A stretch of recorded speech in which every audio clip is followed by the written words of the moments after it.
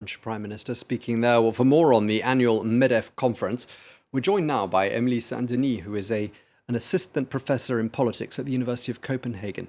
Thank you so much for speaking to us. You are, first and foremost, an expert on French politics. So tell us what really stood out for you in the Prime Minister's address there at Medef. Well, today was supposed to be a big day for the Prime Minister. This was supposed to be a day in which he could discuss in detail with the Medef, with the bosses' union, the details of the economic relaunch plan. However, this has been delayed by a week, which means that to a certain extent, a lot of the details, despite the fact the plan is supposedly finished, done, cannot really be discussed in a great deal of nuance. So what he did was draw the big lines out and try to foster some confidence in the months to come, discuss the pragmatism that the government is adopting in order to balance the needs that are public health related with the desire to relaunch the economy in a sustainable and very strong manner. Yeah, and I mean, he's speaking to a gathering of business owners who are clearly very worried about the current state of affairs, economically speaking. And it's not just within the context of Medef that people are worried, is it? I mean, people right across France right now are very concerned about what the future might hold. Absolutely. Recent surveys suggest that the economic impact of the pandemic, rather than the public health impact of the pandemic, is the foremost concern in people's minds. This means unemployment in particular. People are afraid of unemployment, of becoming unemployed, of the economic consequences at a population level of unemployment rising. And this is despite the fact that unemployment has decreased for the third consecutive month.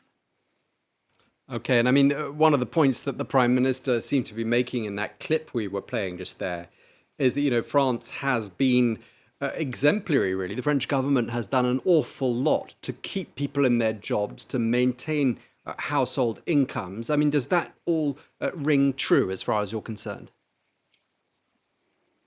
It's certainly the case that, like a lot of governments, they are now talking about an economic relaunch plan that they are painting as being in continuity with the enormous investment that was made during the pandemic and the lockdown. So there was an investment of 460 billion euros during lockdown. And now the discussion is about a budget plan that would re-inject, either through tax breaks or through investment, another 100 billion euros.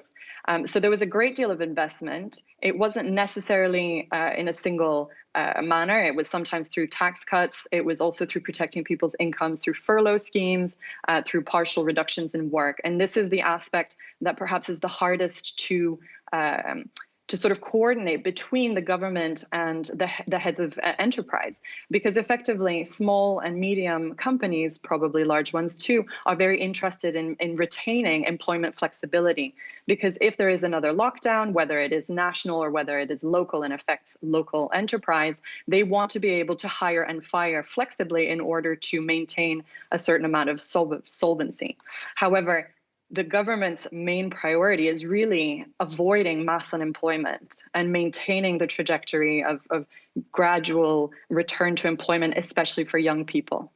Yeah, indeed. And on that note, the Prime Minister saying at Medef he'll do everything he can to avert another lockdown here in France. Well, we're going to have to leave it there. Thank you very much indeed, St Denny, Assistant Professor of Politics at the University of Copenhagen. Thank you very much for speaking to France 24.